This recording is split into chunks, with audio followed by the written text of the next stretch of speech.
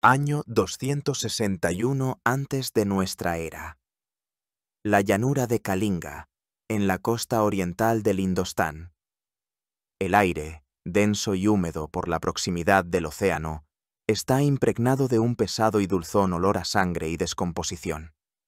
Pende sobre la tierra como una bruma densa, casi tangible, mezclándose con el humo de las piras funerarias que llevan ardiendo muchos días y noches, pero que son incapaces de consumir todas las huellas de la monstruosa masacre. Sobre el campo se cierne un zumbido incesante y monótono de nubes de moscas de la carne, que ahoga todos los demás sonidos. La tierra, antes cubierta por alfombras esmeralda de arrozales, se ha convertido en un barro carmesí y viscoso, donde la arcilla se ha mezclado con la sangre de cientos de miles de hombres y elefantes de guerra. Aquí y allá, del amasijo sangriento sobresalen lanzas rotas, escudos partidos y ejes de carros destrozados, parecidos a los esqueletos de monstruos prehistóricos. Por este terrible campo, entre montañas de cuerpos mutilados, caminando entre carros rotos y estandartes abandonados con los emblemas de Kalinga, se mueve lentamente una figura solitaria. Es él, el tercer emperador de la dinastía Maurya, nieto del gran Chandragupta, el unificador de tierras, que desafió a los herederos del propio Alejandro Magno, hijo de Bindusara, apodado el exterminador de enemigos, que expandió los límites del imperio hasta el corazón del sur. Su propio nombre, Ashoka, que en sánscrito significa libre de pena o aquel que no causa dolor. La ironía de este nombre aquí, en el campo de la muerte, es más ensordecedora que los gritos de los moribundos, que todavía se oyen aquí y allá, fundiéndose con el llanto desesperado de los buitres que giran en el cielo incandescente. Lleva 8 años en el trono. 8 años ha seguido los pasos de sus temibles antepasados, expandiendo el imperio con hierro y sangre, siguiendo los preceptos de la pragmática y despiadada Arthashastra. Kalinga era el último reino rebelde, un fragmento audaz y rico en la frontera oriental de su colosal imperio. No era solo un estado, era una civilización de navegantes y comerciantes, cuyos barcos surcaban el Golfo de Bengala, cuyos guerreros eran famosos por su orgullo y valor. Era una necesidad estratégica, la llave de las rutas comerciales marítimas, una joya que debía ser engastada en su corona imperial. Y la tomó en el transcurso de una de las batallas más crueles y sangrientas de la historia del mundo antiguo. Ahora es el vencedor, su poder es absoluto. Su imperio se extiende desde las cumbres nevadas del Hindu Kush en el noroeste hasta el delta del Ganges en el este, desde las estribaciones del Himalaya hasta el corazón de la meseta del Deccan. Es el señor de casi todo el subcontinente, un Chakrabartin, un monarca universal, el gobernante más poderoso de la tierra. Pero en sus ojos no hay triunfo. Camina, y su mirada se desliza sobre los testigos silenciosos de su victoria. Aquí yace un guerrero de Kalinga, sus dedos todavía aprietan la empuñadura de una espada rota. Allá, un montón de cuerpos, entre los que se pueden distinguir mujeres y ancianos que defendieron su hogar hasta el último aliento. Ve los rostros de los niños, congelados en un grito mudo. No oye las aclamaciones triunfales de sus soldados, glorificando su nombre, sino el grito silencioso y las maldiciones en los ojos de los supervivientes, el llanto de las viudas y los huérfanos que se extiende desde las aldeas devastadas, cuyas ruinas humeantes se ven en el horizonte. Las crónicas budistas, escritas siglos después, afirman que en esta guerra murieron más de 100.000 personas, y otras 150.000 fueron deportadas como esclavos, cifras que, incluso para un gobernante curtido en batallas, no eran simple estadística, sino un abismo que se abría a sus pies. Había conquistado un reino, pero ¿qué había ganado? Una tierra impregnada de lágrimas y sangre. ¿Súbditos cuyos corazones estaban llenos de odio y miedo? La victoria se convirtió en una derrota, no militar, sino espiritual. En este preciso momento, Entre el horror y la desesperación, comenzó en el alma del emperador un terremoto que destruiría al antiguo Ashoka y erigiría sobre sus escombros una figura completamente diferente. Una figura que cambiaría no solo su propia vida, sino el destino de millones de personas, transformando una doctrina filosófica local en una de las religiones mundiales. Esta es la historia de una doble transformación, de cómo un príncipe, el hijo menos amado, se abrió camino hasta el trono a través de intrigas y, posiblemente, la sangre de sus hermanos.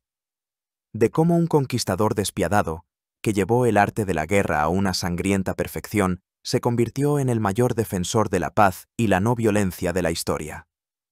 Es la historia de Ashoka, el emperador que intentó construir un imperio basado no en el miedo, sino en la compasión. Un imperio del Dharma. Pero para comprender la profundidad de esta caída y la altura de este ascenso, debemos regresar al principio, al mundo que engendró la dinastía Maurya, a un mundo de intrigas, grandes ambiciones y revelaciones filosóficas. Antes de que Ashoka entrara en la escena histórica, la tierra del Indostán era un caldero hirviente de reinos, escuelas filosóficas y ambiciones políticas. El norte de la India estaba dividido en 16 grandes reinos, o Mahajanapadas, que luchaban constantemente entre sí. Koshala, Vatsa, Avanti y el más poderoso de ellos, Magadha, absorbían gradualmente a sus vecinos, librando una lucha interminable por las fértiles tierras del valle del Ganges y el control de las rutas comerciales. Magadha, que poseía inagotables reservas de mineral de hierro y madera, así como la capacidad de desplegar enormes ejércitos de elefantes, tenía una ventaja decisiva. Y en el noroeste todavía flotaba la sombra del mayor conquistador de Occidente. Apenas unas décadas antes, en el 326 antes de nuestra era, los ejércitos de Alejandro Magno habían cruzado el Indo. Su campaña fue como un huracán, rápida, aplastante, pero breve. Derrotó al ejército del rey Poro en la grandiosa batalla del río Hidaspes, donde la falange macedonia se enfrentó a un enemigo nunca antes visto, cientos de elefantes de guerra. Fue una victoria comprada a un alto precio. El rugido y la furia de estas montañas vivientes aterrorizaron incluso a los veteranos curtidos de Alejandro, y la visión de los elefantes pisoteando y desgarrando a los guerreros con sus colmillos dejó una cicatriz psicológica indeleble.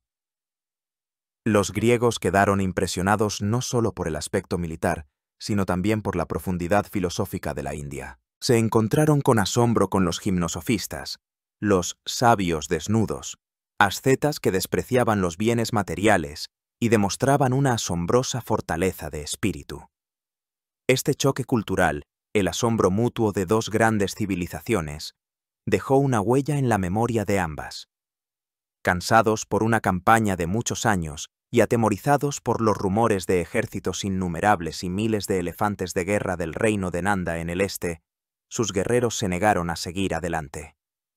Alejandro regresó, dejando tras de sí guarniciones griegas, sátrapas, y la persistente sensación de que el vasto y rico mundo más allá de Persia era vulnerable. Pero el huracán de Alejandro dejó tras de sí no solo destrucción, sino también un vacío de poder. La presencia griega en el Punjab era precaria, y la fuerza dominante en el valle del Ganges, el imperio de los Nanda, era un coloso con pies de barro. La dinastía Nanda, que gobernaba desde su magnífica capital, Pataliputra, había acumulado riquezas incalculables. Los autores antiguos, citando fuentes indias, escribieron sobre su enorme ejército, que contaba con 200.000 infantes, decenas de miles de jinetes y miles de elefantes de guerra. Sus tesoros rebosaban de oro, obtenido mediante un sistema fiscal despiadado y eficaz que gravaba todo, desde la tierra hasta los productos artesanales, provocando un sordo descontento. Pero su poder era odiado por muchos. El fundador de la dinastía, Mahapadmananda, era, según la tradición, de origen humilde, posiblemente hijo de un barbero, lo que provocaba el desprecio de la aristocracia tradicional, los kshatriyas. Sus descendientes heredaron su poder y riqueza, pero no su temple, haciéndose famosos por su codicia y crueldad.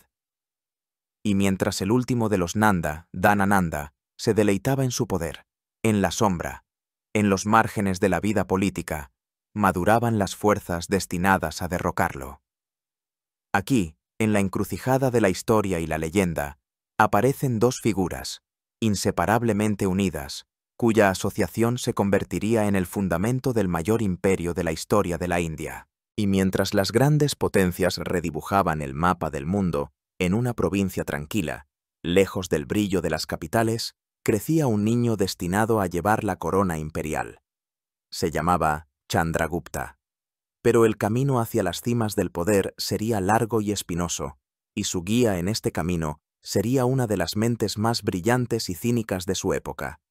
La historia rara vez nos brinda la oportunidad de adentrarnos tan profundamente en los pensamientos de los estrategas políticos de la antigüedad, como en el caso de Chanakya, también conocido por los nombres de Kautilya y Vishnugupta. Este brahmán de Taxila, un importante centro educativo y cultural del noroeste, fue la quinta esencia del realismo político. Las leyendas envuelven su figura en una niebla, pero a través de ella emerge la imagen de un hombre genial, perspicaz, despiadado e increíblemente decidido. Una de las leyendas cuenta que Chanakya llegó a la corte de Dhanananda, en Pataliputra, para participar en un reparto de regalos a los brahmanes. Al verlo, insignificante, y, según algunas versiones, feo, el rey se enfureció y ordenó que lo echaran. Humillado, Chanakya, antes de abandonar la sala, deshizo su nudo sagrado en el pelo y juró que no lo volvería a atar hasta haber aniquilado a toda la estirpe de los Nanda. Esta historia, aunque apócrifa, refleja perfectamente su carácter: orgulloso, inflexible y rencoroso. Pero Chanakya no era solo un intrigante vengativo. Fue el autor del Arthashastra, un tratado sobre política, economía y arte militar que puede considerarse el análogo indio antiguo de las obras de Maquiavelo, pero escrito 1500 años antes. El Arthashastra, que puede traducirse como la ciencia del beneficio material o la ciencia de la política, es un manual frío y pragmático sobre el gobierno del Estado. Para Chanakya, el bienestar y la seguridad del Estado eran el objetivo supremo, que justificaba cualquier medio. El espionaje, la desinformación, los asesinatos secretos, las provocaciones, un control estricto sobre todas las esferas de la vida. Todo esto eran solo herramientas en manos de un gobernante sabio para mantener el orden y la prosperidad. El tratado aconsejaba al rey utilizar agentes de influencia, incluidos incluso astrólogos y adivinos, para moldear la opinión pública e inculcar la fe en el destino divino del gobernante. Describía detalladamente cómo debía organizarse una red de espionaje, utilizando como agentes a estudiantes, comerciantes, ascetas e incluso cortesanas. Disertaba sobre cómo sembrar la discordia en los campos enemigos, cómo llenar el tesoro con impuestos ingeniosos y cómo mantener la disciplina en el ejército. En su mundo existía una compleja teoría de la política exterior, la llamada mandala, donde el estado vecino es por definición un enemigo, y el estado más allá de él, un aliado natural. Era un mundo donde la moral cedía ante la necesidad de Estado, y para materializar sus ideas, Chanakya necesitaba un gobernante fuerte, decidido, ambicioso. Y lo encontró. El origen de Chandragupta, como el de muchas grandes figuras de la antigüedad, es confuso. Textos posteriores lo nombran vástago de la dinastía Maurya, vinculada al clan de los Shakyas, al que pertenecía el propio Buda. Otras fuentes, más tempranas y quizás más fiables, señalan su origen humilde, posiblemente de una casta relacionada con los pavos reales, que en sánscrito significa Mayura. La leyenda cuenta que Chanakya encontró al joven Chandragupta mientras jugaba con sus amigos a ser rey y sus súbditos. Impresionado por el porte regio natural y la inteligencia del niño, Chanakya lo compró a sus padres adoptivos, unos pastores, y se lo llevó a Taxila para darle la mejor educación en el arte militar, la política y la economía. Fue en Taxila, según algunas informaciones, donde el joven Chandragupta pudo haberse encontrado con el propio Alejandro Magno. Plutarco menciona que un tal Sandrocotus, la versión helenizada del nombre Chandragupta, habló con audacia a Alejandro y afirmó más tarde que el rey macedonio podría haber conquistado fácilmente toda la India, ya que el gobernante de los Nanda era odiado por su pueblo. Bajo la dirección de Chanakya, Chandragupta se convirtió en un temible guerrero y un astuto líder. Cuando Alejandro abandonó la India, vieron su oportunidad. Reuniendo un ejército de mercenarios, bandidos y todos los que estaban descontentos con el poder de los Nanda y los griegos, comenzaron su guerra. Primero, expulsaron los restos de las guarniciones griegas del Punjab, unificando el noroeste bajo su estandarte. Luego, habiendo acumulado fuerzas, se dirigieron al este, al corazón del imperio enemigo, a Magadha. La guerra contra los Nanda fue cruel. Pero Chanakya y Chandragupta no utilizaron solo la fuerza bruta. Sus espías sembraban la discordia en la capital. Su propaganda ponía al pueblo en contra del codicioso rey. Finalmente, alrededor del año 322 antes de nuestra era, el ejército de Chandragupta entró en Pataliputra. La dinastía Nanda fue derrocada. Chandragupta ascendió al trono, fundando una nueva dinastía, los Maurya. El sueño de Chanakya se había cumplido. Pero esto era solo el principio. Convertido en emperador, Chandragupta, guiado por la sabiduría de Chanakya, procedió a crear el Estado centralizado y eficiente descrito en el Arthashastra. Se creó un sistema burocrático ramificado que gestionaba la recaudación de impuestos, la construcción de carreteras y sistemas de irrigación, la administración de justicia y el mantenimiento del orden. El imperio se dividió en provincias, al frente de las cuales había gobernadores, a menudo parientes del rey.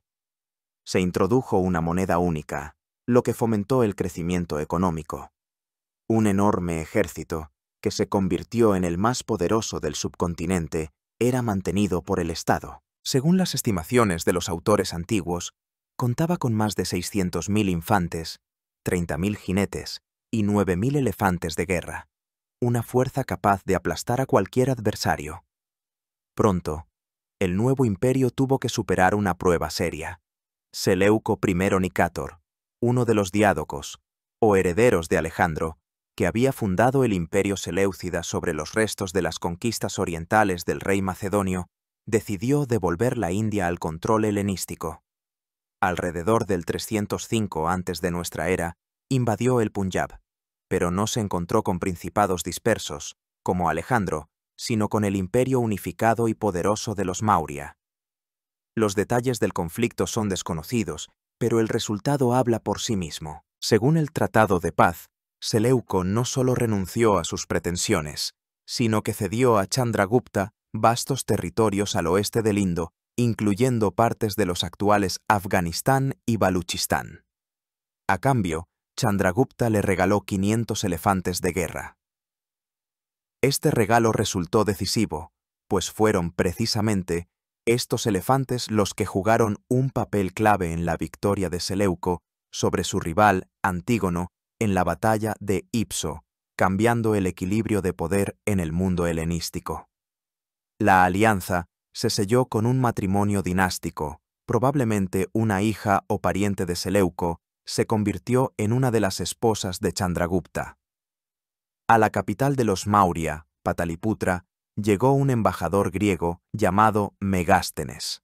Su obra, Índica, lamentablemente conservada solo en fragmentos y resúmenes de otros autores antiguos, es una fuente de información inestimable sobre el imperio Maurya.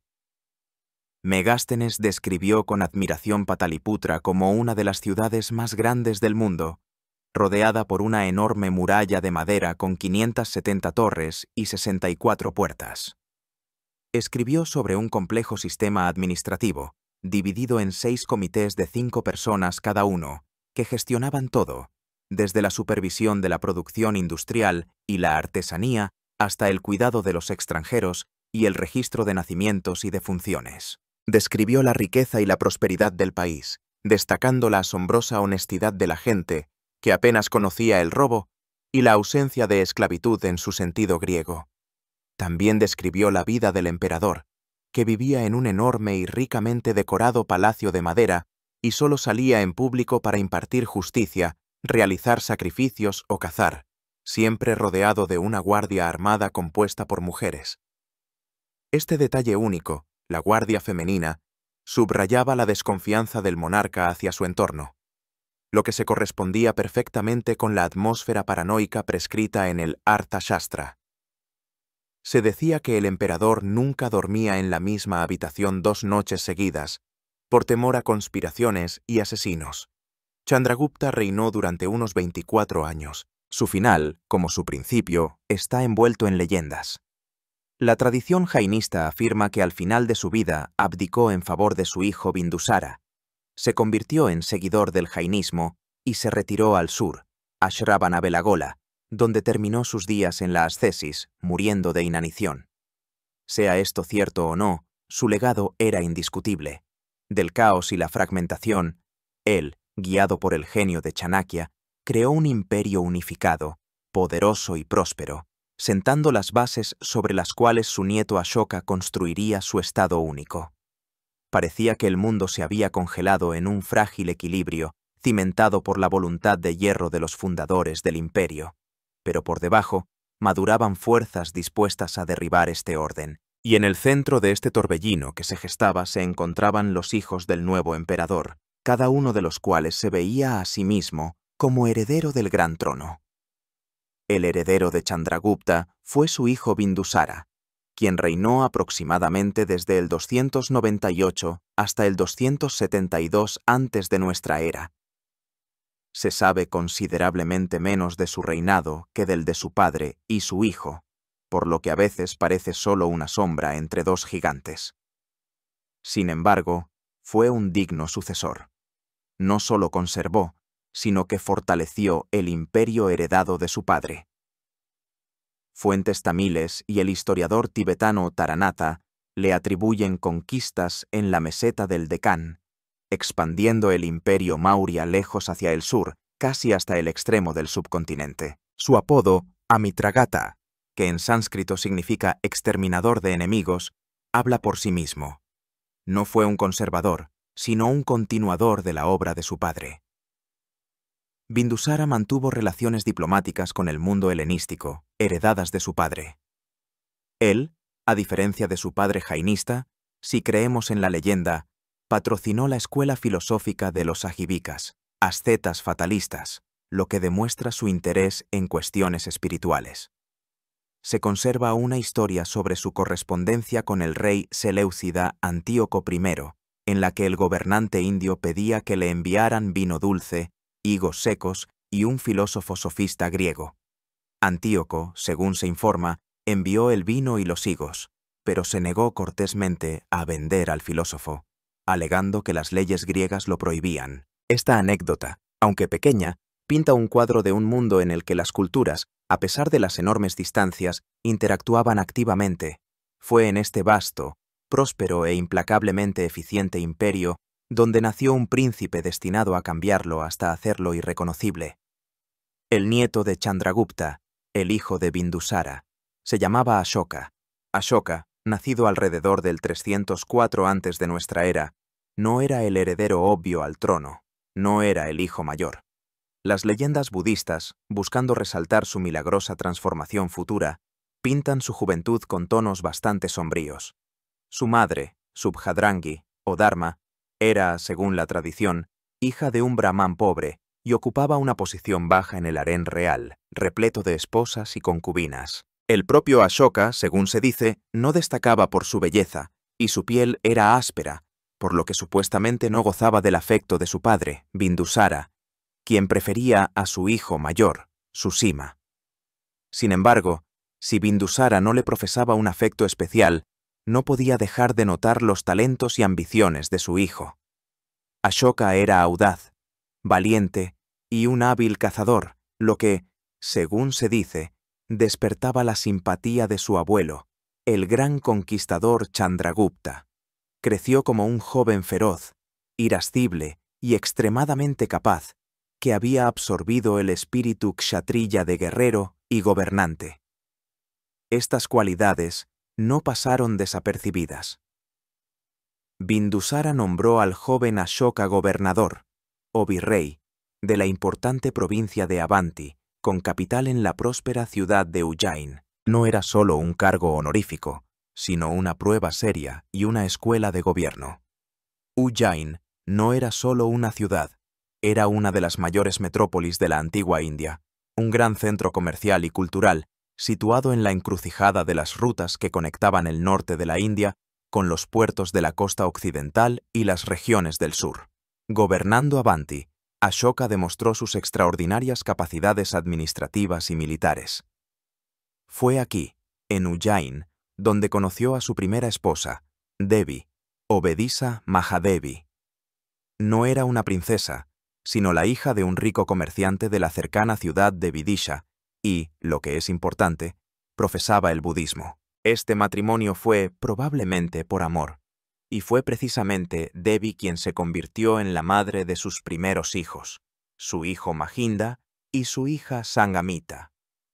A través de ella, Ashoka entró en contacto por primera vez con el budismo no como una filosofía abstracta, sino como la fe viva de una persona cercana, lo que sin duda sembró las primeras semillas en su alma mucho antes de la tragedia de Kalinga.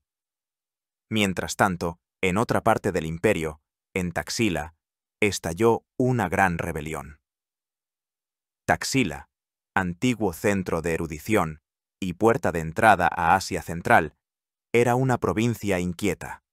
La población local sufría la arbitrariedad y la arrogancia de los funcionarios maurias. El príncipe heredero, el hijo mayor de Bindusara, llamado Susima, que era gobernador de Taxila, no pudo hacer frente a los disturbios. Según algunas fuentes, era arrogante y no gozaba del respeto ni del pueblo ni de la corte. Entonces Bindusara tomó una decisión trascendental. Envió a sofocar la rebelión no a Susima, sino a su hijo menor, pero más decidido, Ashoka. La leyenda cuenta que Ashoka llegó a Taxila sin ejército, pero los habitantes de la ciudad salieron a su encuentro con regalos, declarando que no se habían rebelado contra el emperador o el príncipe, sino contra los malvados ministros que los humillaban. Ashoka entró en la ciudad sin luchar, restaurando el orden con su poder y autoridad. Esta historia probablemente está embellecida, pero el hecho mismo de que fuera Ashoka, y no el príncipe heredero, quien fuera enviado a resolver la crisis, habla elocuentemente de su reputación en la corte y de la creciente rivalidad entre los hermanos. El viejo emperador Bindusara se debilitaba, y a medida que sus fuerzas vitales se extinguían, la tensión en el enorme palacio de Pataliputra aumentaba. Los susurros en los pasillos se convirtieron en conspiraciones abiertas. No estaba en juego solo el poder, sino el destino de todo el imperio Maurya. La sucesión al trono en aquellos tiempos rara vez era pacífica y predeterminada. No era tanto un derecho de nacimiento como una prueba de fuerza, astucia y crueldad. Y en este juego mortal, Ashoka estaba dispuesto a apostarlo todo. Lo que sucedió a continuación es una de las páginas más sangrientas y controvertidas de la biografía de Ashoka. Nuestras principales fuentes aquí son las crónicas budistas, en particular las de Sri Lanka. Es importante recordar que estos textos fueron escritos siglos después de los acontecimientos y tenían un objetivo claro: denigrar al máximo a Ashoka antes de su conversión al budismo, para hacer su posterior transformación aún más árquim y milagrosa. Por lo tanto, los historiadores tratan estos relatos con cautela. Sin embargo, donde hay humo, hay fuego, y estas leyendas probablemente reflejan la cruel realidad de la lucha por el poder en el mundo antiguo. Según estas crónicas, en la corte existían dos poderosas facciones. Una apoyaba al heredero legítimo, Susima. La otra, encabezada por un influyente ministro llamado Radhagupta, que veía en Ashoka a un gobernante más digno, enérgico y capaz, preparaba en secreto un golpe de estado. Cuando Bindusara estaba a punto de morir, Susima se encontraba en Taxila. Al enterarse de la enfermedad de su padre, se apresuró a la capital para reclamar sus derechos al trono. Ashoka, que se encontraba en Ujjain, también fue convocado a Pataliputra. La leyenda cuenta que a su llegada, con el apoyo de Radhagupta y de cortesanos leales, tomó el control de la capital y del palacio. Cuando Susima se acercó a la ciudad, se le preparó una trampa.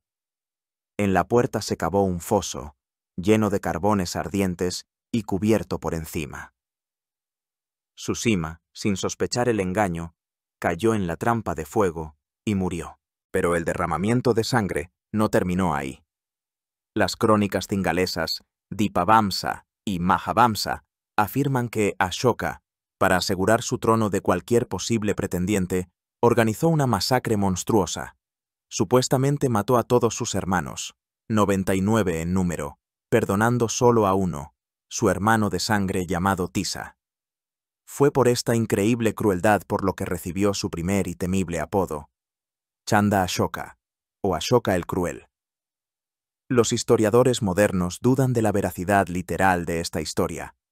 Matar a 99 hermanos parece más una exageración simbólica, una hipérbole destinada a subrayar su tiranía, que un hecho real. Además, en sus propias inscripciones, hechas muchos años después, durante su reinado del Dharma, Ashoka menciona a sus hermanos y sus familias, que viven en diferentes ciudades del imperio, de quienes se ocupa, lo que contradice directamente la leyenda de un exterminio total.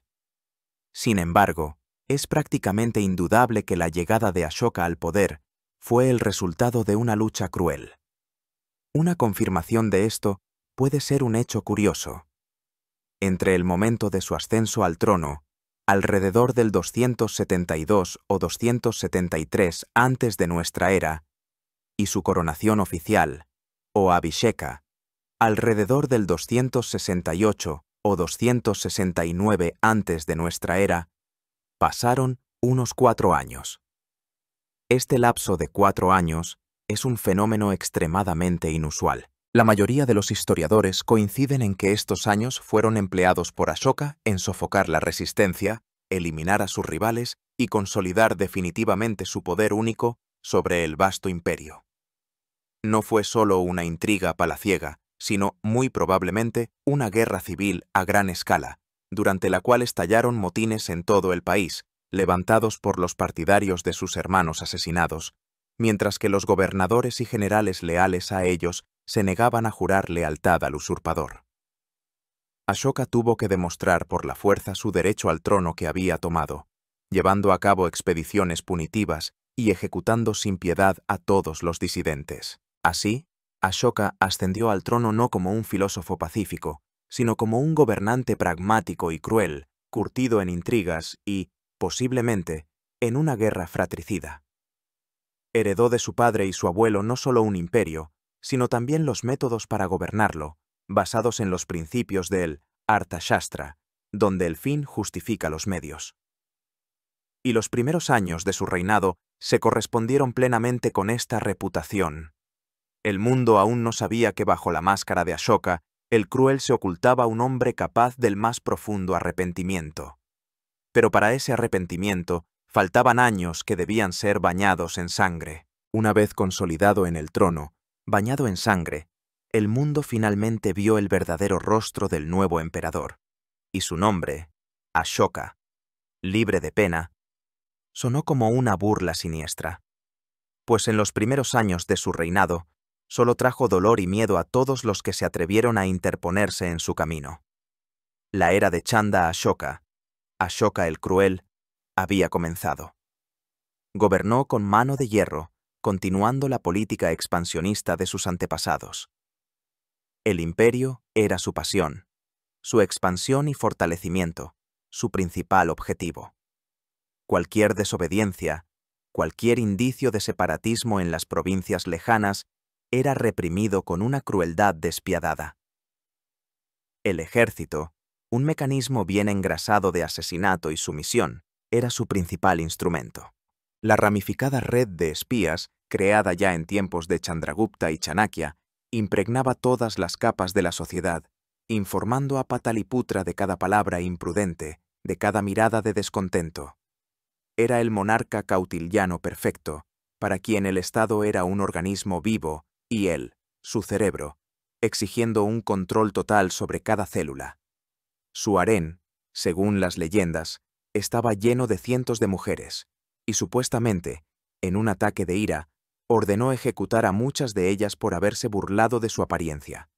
Pero el símbolo más espeluznante de este período de su reinado fue la leyenda, transmitida por autores budistas posteriores, en particular por los peregrinos chinos Fa Hien y Xuanzang, que visitaron la India muchos siglos después. Es la leyenda del infierno de Ashoka, o Ashoka Naraka. Según esta tradición, Ashoka, obsesionado con la idea del control absoluto y el castigo, ordenó construir en las afueras de la capital un edificio especial. Por fuera era hermoso, un verdadero jardín paradisíaco con estanques, árboles y flores, para atraer a los viajeros desprevenidos. Pero en su interior se ocultaba una cámara de tortura sofisticada que superaba las fantasías más horribles.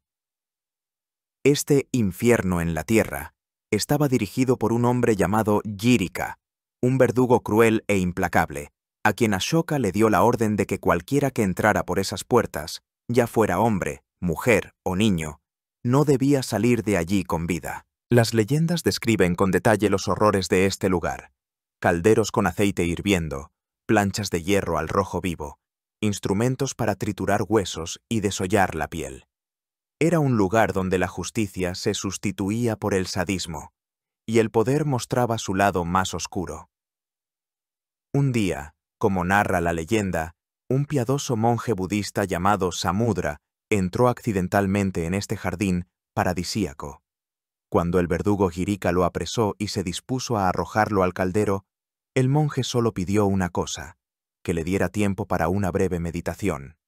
Girika accedió, y entonces ocurrió un milagro. El monje, que había alcanzado el estado de Arhat, demostró sus poderes sobrenaturales. Las llamas no le hacían daño, levitaba sobre el caldero, permaneciendo ileso. Fue en ese momento cuando el propio Ashoka llegó a la prisión infernal. Al ver el milagro, quedó profundamente conmocionado. El verdugo Girika, fiel a la orden, intentó apresar también al emperador, recordándole su propio decreto de que nadie que entrara allí podía salir. Ashoka, enfurecido, mató al verdugo y ordenó destruir la terrible construcción hasta los cimientos. El encuentro con la fuerza inquebrantable del espíritu en medio del reino de terror que él mismo había creado se convirtió, según esta leyenda, en el primer impulso, la primera grieta en su armadura de crueldad. Aunque la historia del infierno de Ashoka es muy probablemente una invención creada para dramatizar su posterior conversión, refleja perfectamente la reputación que Ashoka se ganó en los primeros años de su reinado. Era un gobernante que no dudaba en utilizar ningún método para fortalecer su poder. Era la cúspide de ese sistema político que había creado su abuelo, un sistema en el que el Estado era el valor absoluto, y el hombre, solo un engranaje en su mecanismo. El imperio Maurya bajo su mandato alcanzó la cima de su poder territorial. Anexionó a sus dominios nuevas tierras en el sur y, posiblemente, en el oeste. Pero quedaba una región, un pueblo rico y orgulloso, que se negaba obstinadamente a inclinar la cabeza ante el señor de Pataliputra. Era el reino de Kalinga. En la costa oriental del Indostán, bañada por las aguas del Golfo de Bengala, se encontraba el próspero reino de Kalinga, en el territorio del actual estado de Odisha. No era un rincón salvaje y atrasado.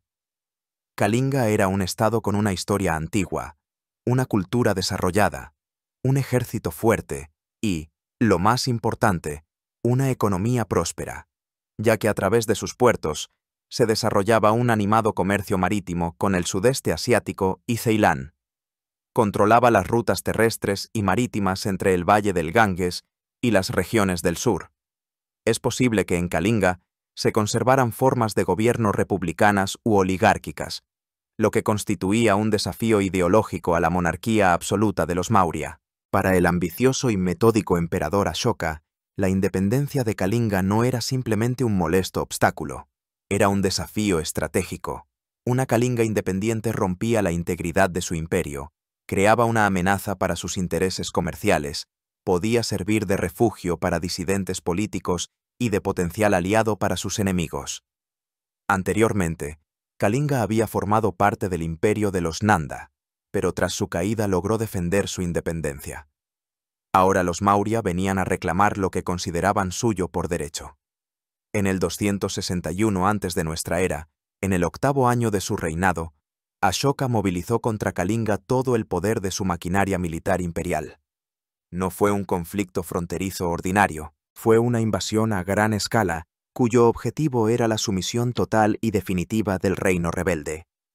El pueblo de Kalinga recibió a los invasores con un coraje desesperado. Lucharon por su tierra, por su libertad, por sus hogares. La batalla fue increíblemente encarnizada. No fue una victoria fácil, como quizás esperaba Ashoka. Los guerreros de Kalinga, e incluso los simples milicianos, ofrecieron una tenaz resistencia a cada paso. Las crónicas no han conservado una descripción detallada de la batalla en sí, pero conocemos sus consecuencias a través de una fuente única y sin precedentes. Las palabras del propio Ashoka. La batalla principal probablemente tuvo lugar cerca de las murallas de la capital de Kalinga, Tosali. La victoria fue total. El ejército de Kalinga fue aniquilado, sus ciudades y aldeas devastadas, la resistencia aplastada. Ashoka había alcanzado su objetivo. El imperio era uno. Pero el precio de esta victoria resultó ser monstruoso. Además de las víctimas directas de la batalla, la devastación de las fértiles tierras, la destrucción de los canales de irrigación y la deportación como esclavos de un gran número de campesinos condenaron a la región a una posterior hambruna y a epidemias que se cobraron otras decenas, si no cientos de miles de vidas. Fue entonces, después de la batalla, cuando el emperador victorioso recorrió el campo de batalla. Fue ese mismo momento con el que comenzó nuestro relato, pero ahora comprendemos toda su profundidad. Ante él no había solo un enemigo abstracto, ante él había cientos de miles de muertos y moribundos. Y, como dice su famoso 13º edicto mayor sobre roca, tallado en piedra años después, 150.000 personas fueron deportadas de allí, 100.000 fueron asesinadas, y muchas más murieron. Estas personas deportadas caminaron encadenadas durante miles de kilómetros. Les esperaba un destino de esclavitud en las minas y construcciones del imperio, y muchas de ellas murieron en el camino. En este mismo edicto, describe sus sentimientos con una franqueza asombrosa. No habla de gloria, sino de un fuerte arrepentimiento, tristeza y pesar. Escribe que la conquista de un país independiente significa el asesinato, la muerte y la deportación de personas. Y este sufrimiento no afectó solo a los guerreros, afectó a todos. A brahmanes, ascetas, seguidores de otras sectas y cabezas de familia, que sufrieron la violencia, la muerte o la separación de sus seres queridos. Incluso aquellos que evitaron la muerte, escribe Ashoka, cuyo amor por sus allegados no sufrió, sufren por la desgracia que ha caído sobre sus amigos, conocidos, compañeros y parientes. Este destino de todos los hombres causa dolor a mi corazón. Fue el momento de la verdad. El triunfo del poder se convirtió en el colapso total de la persona. Toda su vida, todas sus ambiciones, todos los principios por los que había vivido y gobernado, se deshicieron en polvo ante este océano de sufrimiento humano del que él era la causa. La conquista de Kalinga se convirtió en la última guerra de Ashoka el Conquistador. Ganó la batalla, pero esa batalla lo venció a él. Chanda Ashoka, Ashoka el Cruel, murió en los sangrientos campos de Kalinga, y de sus cenizas debía nacer un nuevo hombre. El vencedor de Kalinga regresó a Pataliputra como un hombre quebrado.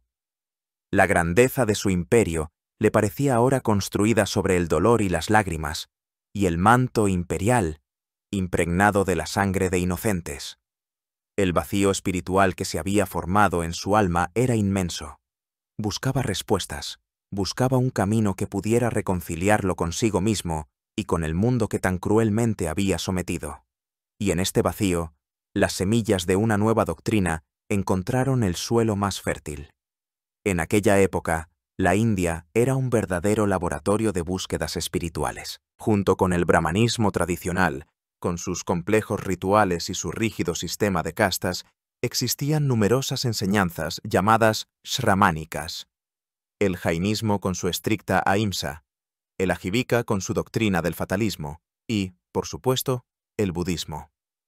Estas enseñanzas ofrecían caminos alternativos hacia la salvación, basados en el esfuerzo personal, la ascesis y la iluminación filosófica. Según la tradición, Ashoka comenzó a mostrar interés por el budismo. Se reunió con monjes, estudió los fundamentos de la doctrina que, 2 siglos y medio antes que él, había predicado otro príncipe, Siddhartha Gautama, convertido en el Buda, o el Iluminado. La leyenda nombra a un monje concreto, Upagupta, que se convirtió en su guía espiritual. Gradualmente, paso a paso, Ashoka pasó de ser un simple interesado a un upasaka, un seguidor laico del budismo. No fue una iluminación repentina, fue un proceso, una evolución de sus puntos de vista, de la que él mismo habla en sus edictos. La tragedia de Kalinga fue el catalizador, pero la conversión fue gradual y profunda, alimentada, probablemente, también por la influencia de su esposa Devi. Encontró en la enseñanza de Buda lo que buscaba, un sistema ético basado en la compasión, la no violencia y la responsabilidad por las propias acciones. El concepto clave que se convirtió en la base de toda su política posterior fue el de Dharma, o Dhamma en Pali. Esta palabra es polifacética y no se puede traducir de forma unívoca. Es a la vez ley, orden, virtud y el camino correcto. Para Ashoka, el Dharma no era simplemente sinónimo de la religión budista. Lo interpretó como un código ético-moral universal, comprensible y aceptable para los seguidores de todas las fe de su abigarrado imperio. Tomó el concepto de Dharma, que tenía profundas raíces en el pensamiento indio, y lo llenó de un nuevo contenido humanista. Los fundamentos de su Dharma eran, primero, ahimsa, o el principio de no violencia. Esta fue una consecuencia directa de su arrepentimiento después de Kalinga. La ahimsa se extendía no solo a los humanos, sino también a los animales. Segundo, la tolerancia religiosa. Ashoka instaba al respeto de todas las religiones y escuelas filosóficas. Comprendía que en su vasto imperio, habitado por decenas de pueblos con diferentes creencias, solo el respeto mutuo podía evitar conflictos. Tercero, la responsabilidad social. El cuidado de sus súbditos se convirtió para él en un deber sagrado. Se proclamó padre de su pueblo. Cuarto, el respeto a los mayores. La veneración de los padres, maestros y todos los mayores era una parte importante del Dharma. Y quinto, la veracidad y la pureza moral. Fue un concepto revolucionario. Por primera vez en la historia, el gobernante de un imperio tan vasto intentaba construir su política interna y externa no sobre la fuerza de las armas y el miedo, sino sobre los principios de la ética y la compasión. Chanda Ashoka dio paso definitivamente a Dharmashoka, Ashoka el Justo. Marcó su transformación con una peregrinación por los lugares sagrados budistas.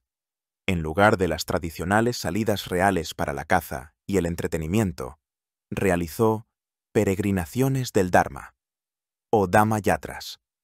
Visitó Lumbini, donde nació Buda, y en honor a este evento redujo los impuestos para los habitantes locales.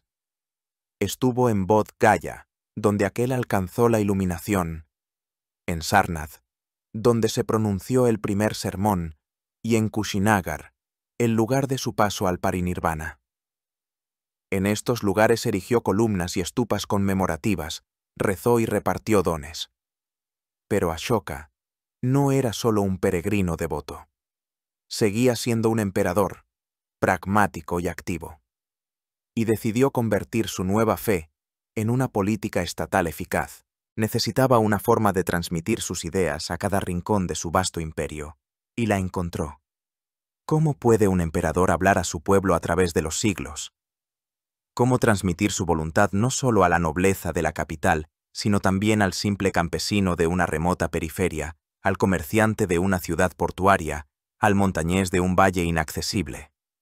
Ashoka encontró una solución genial y eterna. Ordenó que sus palabras fueran talladas en piedra. Así nació una serie de documentos históricos únicos, conocidos como los Edictos de Ashoka.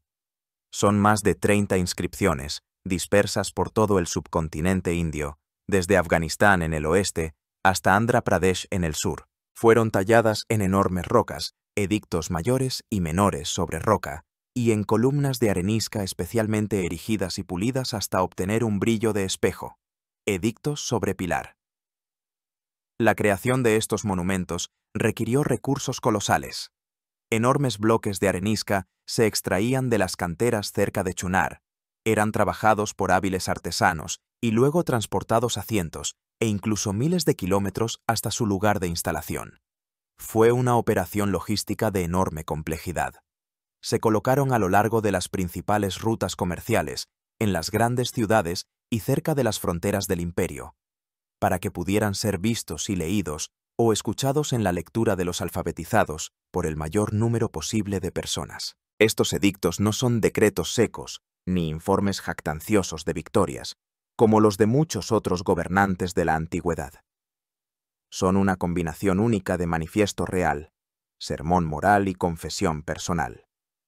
En ellos, Ashoka, que se autodenomina Devanampiya Piyadasi, que significa amado de los dioses, el que mira con benevolencia, se dirige a sus súbditos, explicándoles los principios de su dharma.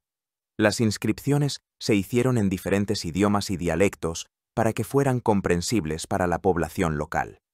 La mayoría, en diversos prácritos o dialectos indios antiguos, utilizando la escritura brahmi. En el noroeste, donde la influencia helenística y persa era fuerte, se encontraron edictos en griego y arameo. Esto demuestra una asombrosa preocupación por la comunicación con los súbditos para aquella época. El contenido de los edictos revela toda la amplitud de las reformas de Ashoka. No solo se arrepiente de la guerra de Kalinga en el 13º edicto, sino que proclama que a partir de entonces considera la victoria por el Dharma como la mejor de las victorias. Declara que aspira a la conquista no por la fuerza, sino por el amor. Informa de la construcción de hospitales para personas y animales, de la plantación de hierbas medicinales, de la excavación de pozos y la plantación de árboles a lo largo de las carreteras para la comodidad de los viajeros y el ganado. En el primer edicto mayor sobre roca, escribe que si antes en la cocina real se mataban diariamente miles de animales, ahora solo 2 pavos reales y un ciervo, y promete en el futuro cesar también esto. En el quinto edicto sobre pilar se da una larga lista de animales puestos bajo protección. Se prohibió la caza sin propósito y la quema de bosques. Se restringieron drásticamente o se prohibieron por completo los sacrificios sangrientos en la capital. En el 12º edicto mayor sobre roca, Ashoka exhorta directamente: no se debe honrar solo la propia fe y denigrar la de los demás. Se debe honrar la fe de los demás. Al hacerlo, se contribuye al éxito de la propia fe y se apoya la ajena. Creó un nuevo cargo, el de Dhamma Mahamata.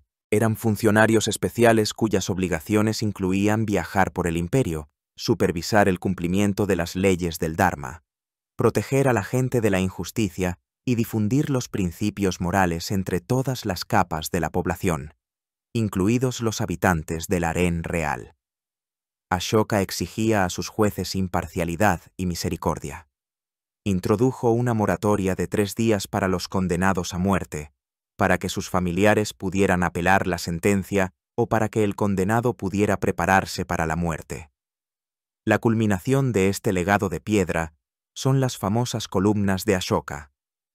Estos pilares monolíticos de arenisca, de hasta 15 metros de altura y un peso de hasta 50 toneladas, eran verdaderas obras maestras de la ingeniería y el arte. Sus fustes estaban pulidos hasta tal punto que muchos viajeros posteriores los tomaron por metálicos.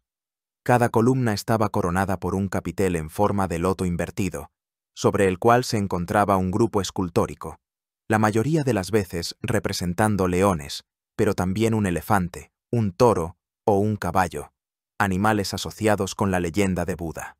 El más famoso de estos capiteles es el Capitel de los Leones de Sarnath. Representa a 4 leones de pie, espalda con espalda, mirando a los 4 puntos cardinales, simbolizando la difusión de la enseñanza de Buda o del poder del emperador por todo el mundo. Originalmente sostenían sobre sus espaldas una enorme rueda de piedra. La Dharmachakra, la rueda de la ley, es precisamente este capitel, sin la rueda, el que hoy es el emblema oficial de la República de la India, y la Dharmachakra adorna su bandera nacional. Así, Ashoka creó su sermón eterno. Habló a su pueblo a través de la piedra, y esta voz ha llegado hasta nosotros a través de los milenios. Transformó su imperio en un vasto campo para un experimento social y moral.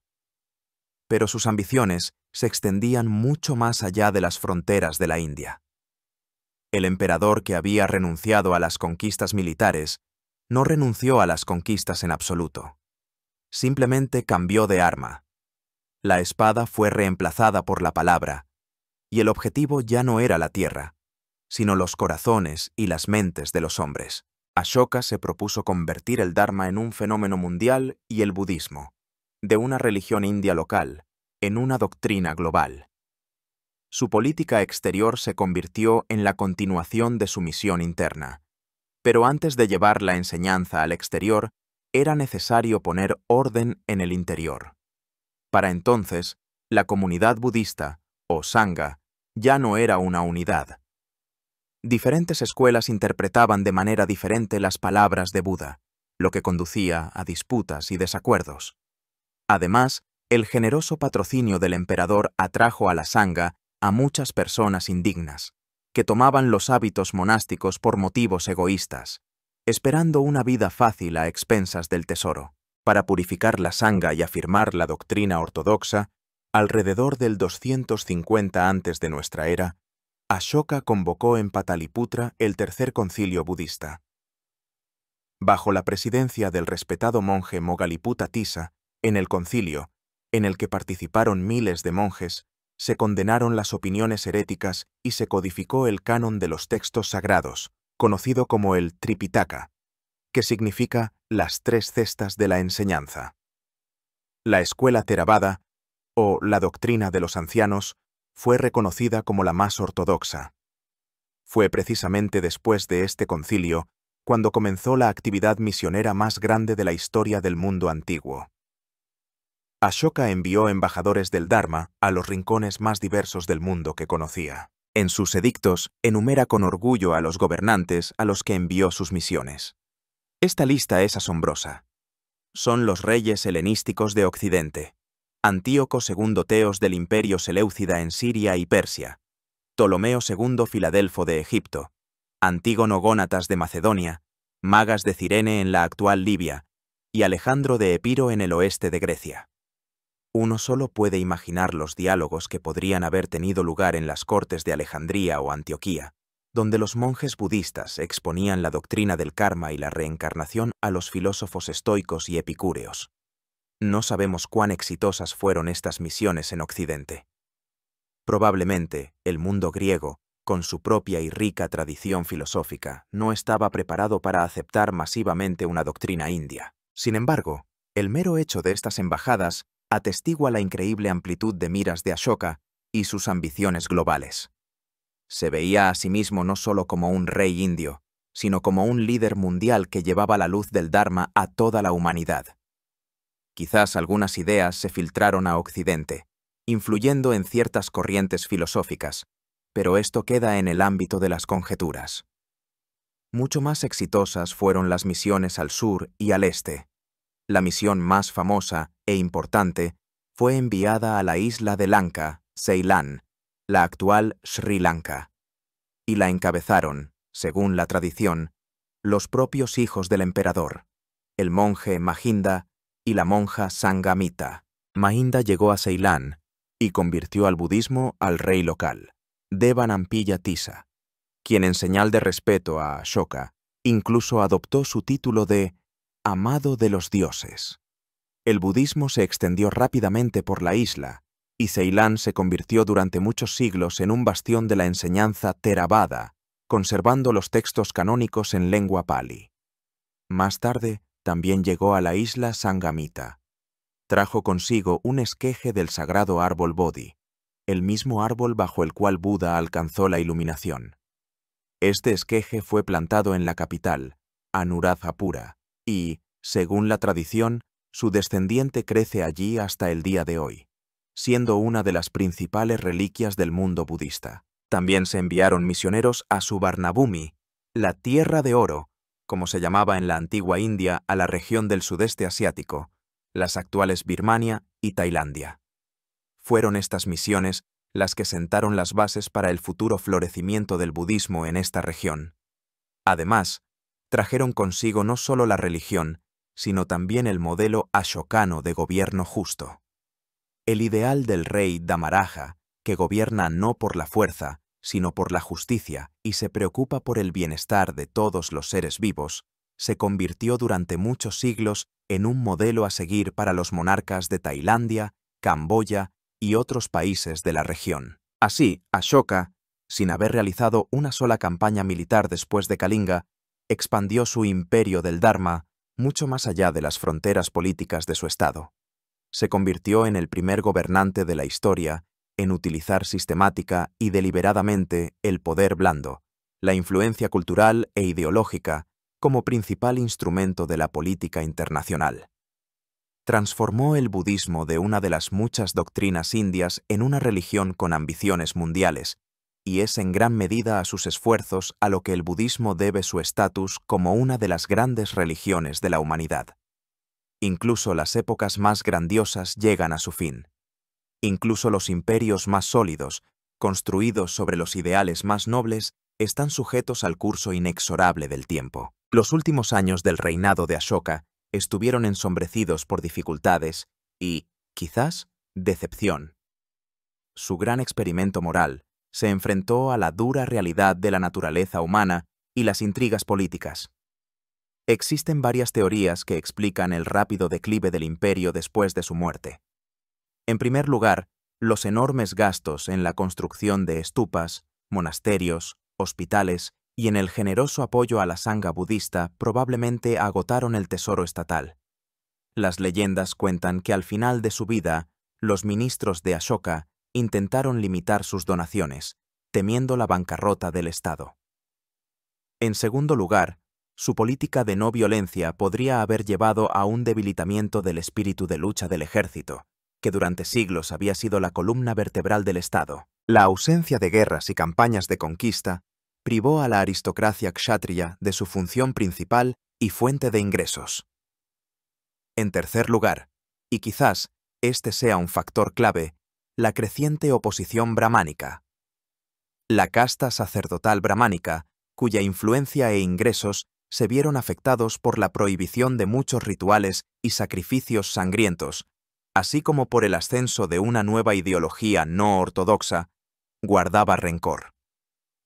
El Dharma de Ashoka, con su universalismo y su apelación directa al pueblo, socavaba el derecho exclusivo de los brahmanes a ser intermediarios entre los hombres y lo divino, lo que era un desafío directo a su autoridad social y espiritual secular. Tampoco había calma en la propia familia del emperador. Las leyendas budistas cuentan la trágica historia de su hijo Kunala. La esposa más joven de Ashoka, la reina Tishyaraksha, se enamoró apasionadamente de su hijastro. Al ser rechazada, decidió vengarse. Aprovechando una enfermedad del emperador, envió en su nombre una orden a Taxila, donde Kunala era gobernador. En la orden, alteró astutamente una palabra, de modo que se le ordenaba al gobernador que se arrancara los ojos. El deber filial era tan fuerte que Kunala, sin dudar de la autenticidad de la orden de su padre, la cumplió. Cuando Ashoka se enteró de lo sucedido, se enfureció y se entristeció, pero ya era demasiado tarde. Esta historia, como muchas otras, es probablemente legendaria, pero refleja la atmósfera de intrigas palaciegas que se cernía sobre el envejecido emperador. Ashoka murió alrededor del 232 antes de nuestra era, después de un reinado de casi 40 años. Con su muerte se fue también esa colosal voluntad personal que mantenía unido su singular imperio del Dharma. Inmediatamente después de su muerte comenzó una rápida desintegración.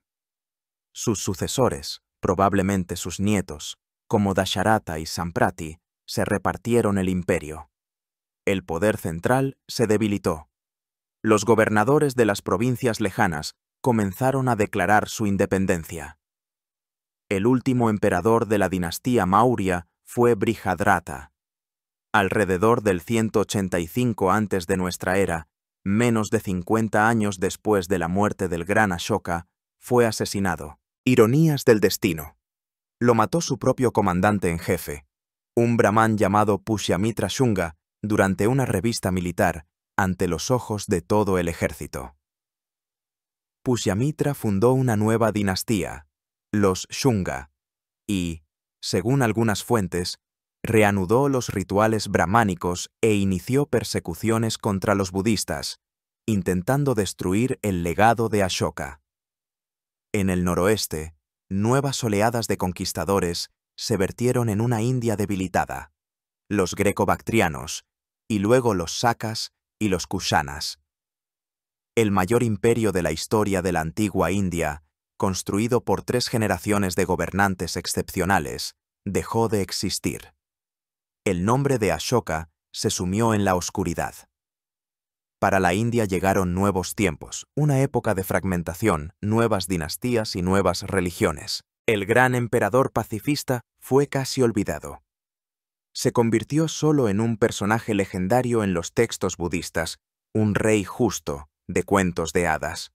Sus edictos de piedra, dispersos por todo el subcontinente, guardaron silencio. Las escrituras con las que estaban cubiertos, Brahmi y Kharosti, cayeron en desuso y nadie más pudo leerlas. Durante casi 2 milenios, su verdadera grandeza, sus reformas, su filosofía y su arrepentimiento permanecieron como un secreto encerrado en piedras mudas. Las columnas se consideraban los bastones del héroe épico Bhima o se atribuía su creación a los dioses. El renacimiento de Ashoka comenzó solo en el siglo XIX, con la llegada a la India de los colonizadores británicos. Entre ellos había muchos funcionarios y eruditos curiosos, interesados en las antigüedades de este misterioso país. Uno de ellos fue James Prinsep, un empleado de la Casa de la Moneda de Calcuta y un apasionado anticuario. Se dedicó a descifrar las antiguas inscripciones que se encontraban por toda la India. Utilizando inscripciones en monedas bilingües de los reyes greco-bactrianos, paso a paso, letra por letra, descifró el código de las antiguas escrituras. En el año 1837, Prinsep finalmente pudo leer los edictos. Descubrió que todas estas inscripciones, desde Afganistán hasta Odisha, habían sido hechas por orden del mismo rey, que se autodenominaba Devanampiya Piyadasi. Pronto, al comparar estos datos con las crónicas budistas de Ceilán, donde este título se asociaba con el gran rey Ashoka, los eruditos comprendieron que habían realizado uno de los mayores descubrimientos históricos. El legendario Ashoka de los libros y el real Piyadasi, que hablaba desde la piedra, eran la misma persona. El mundo quedó conmocionado. La historia había encontrado un gobernante como ningún otro. No solo un conquistador como Alejandro o César, sino un pensador en el trono, un filósofo que tras una cruel guerra se arrepintió e intentó construir un Estado sobre los principios de la compasión y la no violencia. El legado de Ashoka resultó ser increíblemente polifacético y duradero. Para la India, se convirtió en un símbolo de su antigua unidad y edad de oro. Cuando en 1947 la India obtuvo su independencia, sus líderes, como Jawaharlal Nehru, recurrieron precisamente al legado de Ashoka para encontrar símbolos para el nuevo Estado laico y democrático. El capitel de los leones se convirtió en el escudo y la rueda del Dharma en el elemento central de la bandera. Ashoka se convirtió en la encarnación del ideal de un gobernante justo y humano. Para el budismo, su papel es incalculable. Transformó el budismo de una pequeña secta india en una religión mundial. Sus misiones difundieron la enseñanza de Buda por toda Asia.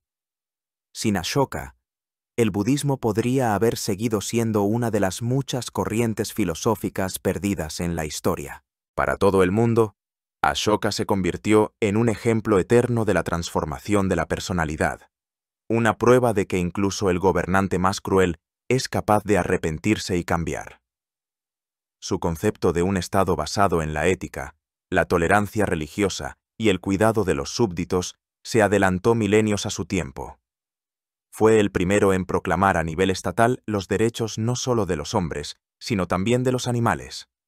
Sus ideas sobre la conquista por el Dharma son precursoras de los conceptos modernos de poder blando y diplomacia cultural. Por supuesto, los historiadores debaten sobre sus motivos.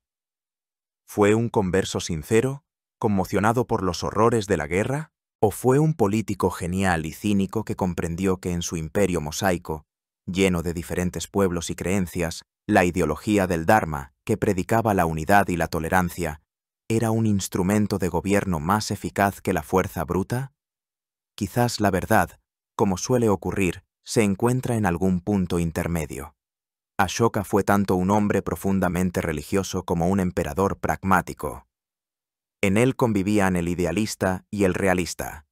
La historia de Ashoka no es solo el relato de un antiguo rey. Es una parábola eterna sobre el poder y la responsabilidad, sobre la violencia y la compasión, sobre la destrucción y la creación. Es la historia de un hombre que alcanzó la cima del poder mundano, se asomó al abismo del mal que había cometido y encontró en sí mismo la fuerza para intentar expiarlo, transformando su imperio en un reino de justicia. Su imperio se derrumbó, pero sus ideas, talladas en la piedra y en los corazones de los hombres, sobrevivieron a los siglos, continuando inspirando aún hoy. Fue un rey que quiso ser recordado no por las batallas que ganó, sino por el bien que hizo, y en esto reside su verdadera y eterna victoria. Gracias por haber recorrido este largo camino conmigo.